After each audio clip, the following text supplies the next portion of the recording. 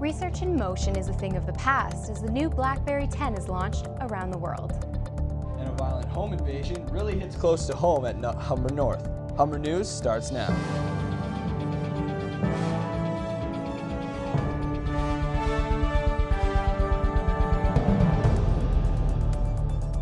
Hello, it's Wednesday, January 30th. Welcome to Humber News, coming to you from the Broadcast Center here at the North Campus. I'm Laura Booth. Thanks for joining us. And I'm Mark Mullen. Ahead on our show, we have all your news and sports highlights, as well as your 5-day weather forecast. But first, our top story. With much anticipation, Research in Motion officially launched 2 different BlackBerry 10 smartphones today.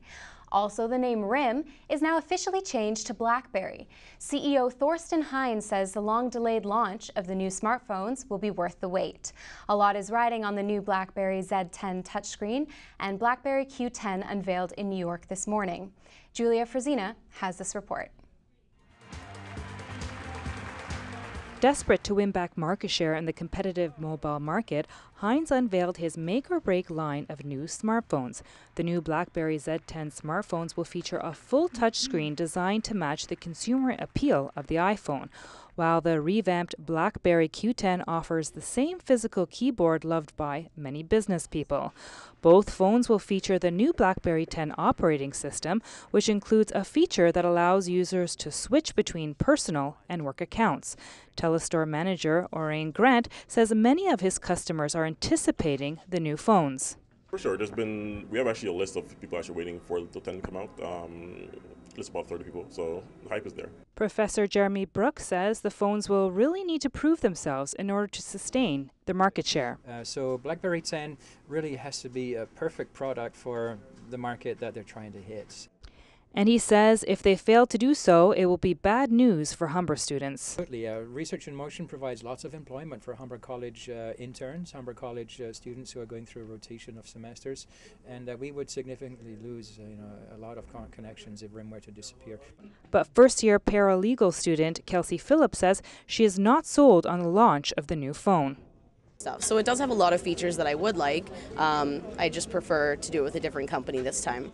The touchscreen BlackBerry Z10 will be available in Canada on February the 5th, and the Q10 will be available in April. Prices will vary depending on mobile phone devices. Both phones will cost about $600 without a contract. I'm Julia Frazina, Humber News. Police are searching for 3 men after a violent home invasion just minutes away from Humber's North Campus. The invasion took place at 444 Silverstone Drive near Albion and Martin Grove early Tuesday morning. The men, 2 of which were armed, entered the home shortly after midnight and left before police arrived. 2 males, aged 25 and 29, were assaulted during the invasion. The 29-year-old suffered lacerations to his head and face. The subjects are described as black and in their 20s. Anyone with information is being asked to contact 23 Division or Crime Stoppers. The City of Markham has voted to build an NHL-style arena using public funding. After a meeting that lasted over 7 hours, Markham Council agreed early this morning to go ahead with a public-private partnership to build the estimated $325 million facility. The proposed arena would be located at Highway 407 and Kennedy Road. It's expected to be over 700,000 square feet in size and will hold almost 2,000 more seats than the Air Canada Centre. Councillor Howard Shore says there is a lot of work to do before the city decides to continue with the project. He also says Markham has not negotiated any agreements and will want assurances to protect taxpayers. A changing climate could lead to more heat waves and heavy rainfall in Toronto, but that won't come without a cost. In a report to Council, environment experts described how changing temperatures could wreak havoc on the city's infrastructure over the next 30 years. They say the city's roads, sewers, and storm drains require extensive renovations to accommodate large volumes of water. Such improvements would cost billions of dollars.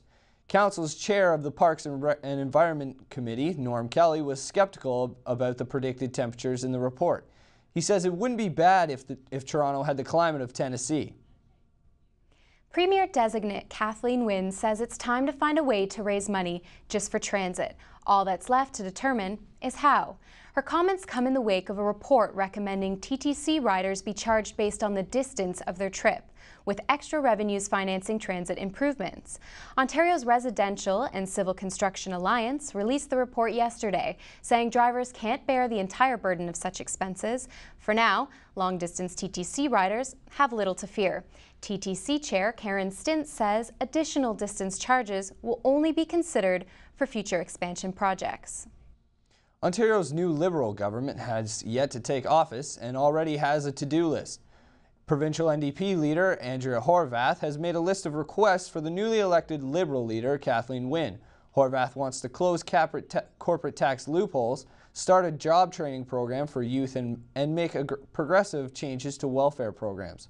Wynne has yet to name a cabinet and officially take power. When we come back, we'll have more news from around the country and world. Samantha Martin will have your sports news, and we'll have your weather forecast with Katie Boyven. Humber's trading in their toques for umbrellas today with a record-breaking 14 degrees pouring in.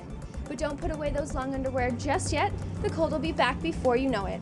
I'll have your 5-day weather forecast after the break.